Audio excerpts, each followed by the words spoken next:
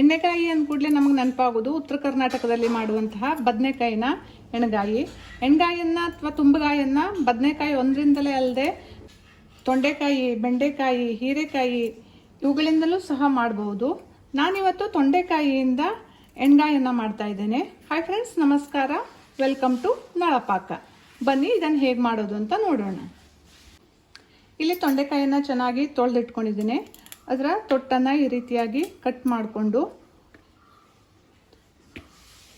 ಮಧ್ಯದಲ್ಲಿ ಹೀಗೆ ಕಟ್ ಮಾಡ್ಕೊಳ್ಬೇಕು. ಪೂರ್ತಿಯಾಗಿ ಕಟ್ ಮಾಡಬಾರ್ದು, ಇಷ್ಟು ಕಟ್ ಮಾಡಿಕೊಂಡ್ರೆ ಸಾಕು. ಅಂದರೆ ಇದರ ಮಧ್ಯದಲ್ಲಿ ಮಸಾಲೆಗಳು ತುಂಬಿಕೊಳ್ಳೋ ರೀತಿಯಲ್ಲಿ ಕಟ್ ಮಾಡ್ಕೊಳ್ಬೇಕು. ಇದೇ ರೀತಿಯಾಗಿ ನಾನು ಎಲ್ಲ ತೊಂಡೆಕಾಯಿಗಳನ್ನು ಕಟ್ ಮಾಡ್ಕೊಳ್ತೇನೆ. ಮೊದಲಿಗೆ ಈ ತೊಂಡೆಕಾಯಿಯನ್ನು ಹುರ್ಕೊಳ್ಬೇಕು. ಇಲ್ಲಿ ಒಂದು ತವಾವನ್ನು ಕಾಯೋಕೆ ಇಟ್ಕೊಂಡಿದ್ದೇನೆ. ಅದಕ್ಕೆ ಈ ತೊಂಡೆಕಾಯಿಗಳನ್ನು ಹಾಕ್ಕೊಳ್ತೇನೆ.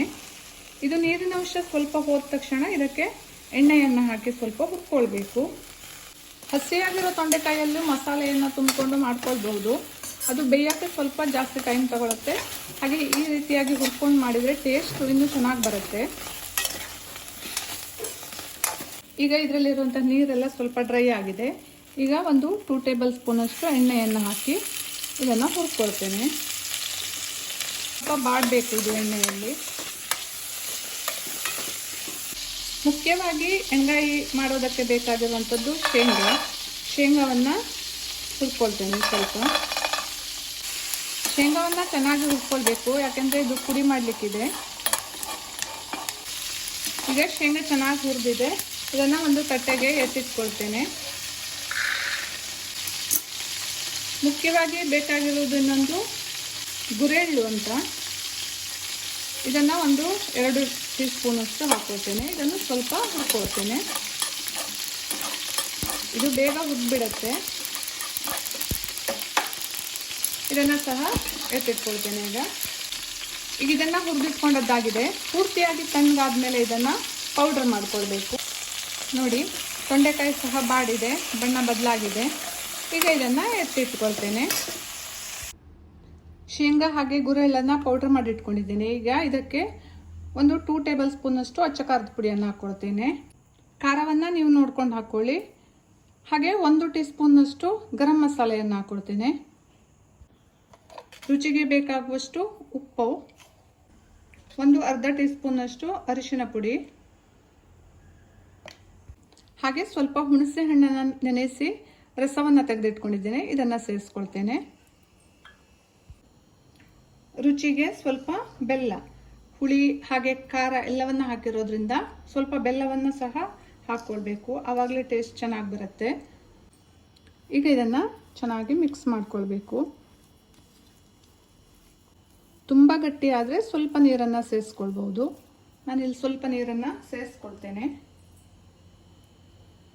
ಈ ಹದದಲ್ಲಿ ಇದನ್ನು ಮಿಕ್ಸ್ ಮಾಡಿಕೊಂಡ್ರೆ ಸಾಕು.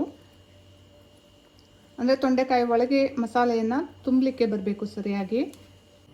ಈಗ ಇದೇ ತವಕ್ಕೆ ಮತ್ತೆ ಒಂದು 2 ಟೇಬಲ್ ಸ್ಪೂನಷ್ಟು ಎಣ್ಣೆಯನ್ನು ಹಾಕಿ ಬಿಸಿಗೆ ಇಟ್ಕೊಂಡಿದ್ದೇನೆ. ಅದಕ್ಕೆ ಒಂದು ಅರ್ಧ ಟೇಬಲ್ ಸ್ಪೂನಷ್ಟು ಜೀರಿಗೆ, ಹಾಗೆ ಒಂದು ಅರ್ಧ ಟೇಬಲ್ ಸ್ಪೂನಷ್ಟು ಸಾಸಿವೆಯನ್ನು ಹಾಕ್ಕೊಳ್ತೇನೆ. ಒಗ್ಗರಣೆ ಸಿಡಿತಿದ್ದ ಹಾಗೆ ಒಂದು 8 ರಿಂದ 10 ಬೆಳ್ಳುಳ್ಳಿಯನ್ನು ಹಾಕ್ಕೊಳ್ತೇನೆ.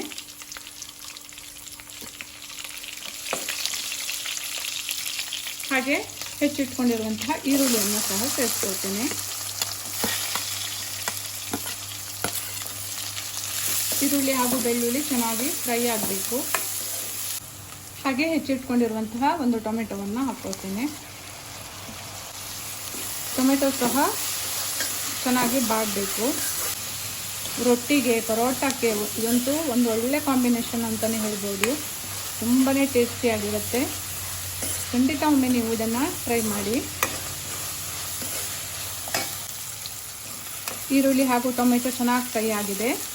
ಈಗ ಮಾಡಿಟ್ಕೊಂಡಿರುವಂತಹ ಮಸಾಲೆಯನ್ನು ತೊಂಡೆಕಾಯಿ ಒಳಗೆ ತುಂಬಿಸಿ ಇದರಲ್ಲಿ ಹಾಕ್ಕೊಳ್ಬೇಕು. ಈ ರೀತಿಯಾಗಿ ಮಸಾಲೆಯನ್ನು ತುಂಬಿಸ್ಕೊಂಡು ಇದರಲ್ಲಿ ಸೇರಿಸ್ಕೊಳ್ಬೇಕು.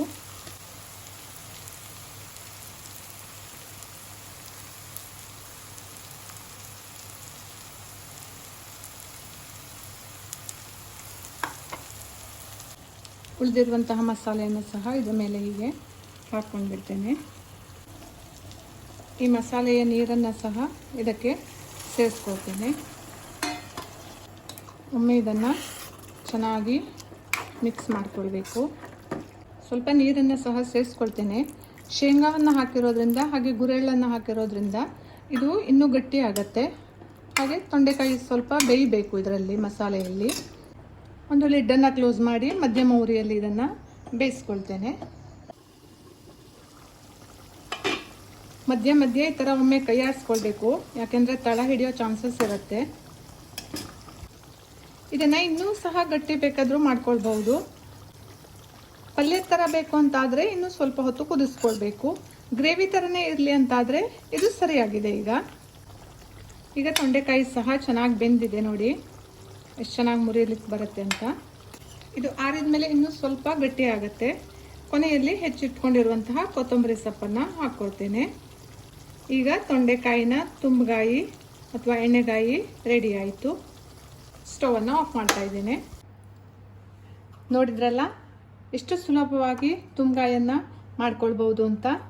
ಟೈಮ್ ಸ್ವಲ್ಪ ಜಾಸ್ತಿ ಹಿಡಿಯುತ್ತೆ, ಬಟ್ ತುಂಬಾ ಟೇಸ್ಟಿಯಾಗಿರುತ್ತೆ. ಖಂಡಿತ ನೀವು ಟ್ರೈ ಮಾಡಿ. ನಿಮಗೂ ಮಾಡಬೇಕು ಅನಿಸ್ತಾ ಇದೆ ಅಲ್ವಾ? ಹಾಗಿದ್ರೆ ಇನ್ಯಾಕೆ ತಡ, ಪಟ್ ಅಂತ ನನ್ನ ವಿಡಿಯೋವನ್ನು ಸೇವ್ ಮಾಡ್ಕೊಳ್ಳಿ. ಹಾಗೆ ನೀವು ತಟ್ಟಂತ ಮಾಡ್ಕೊಳ್ಳಿ. ನಿಮಗೆ ಈ ವಿಡಿಯೋ ಇಷ್ಟ ಆದರೆ ಲೈಕ್ ಮಾಡಿ, ಶೇರ್ ಮಾಡಿ, ಕಮೆಂಟ್ ಮಾಡಿ ಹಾಗೂ ಸಬ್ಸ್ಕ್ರೈಬ್ ಮಾಡಿ. Thank you.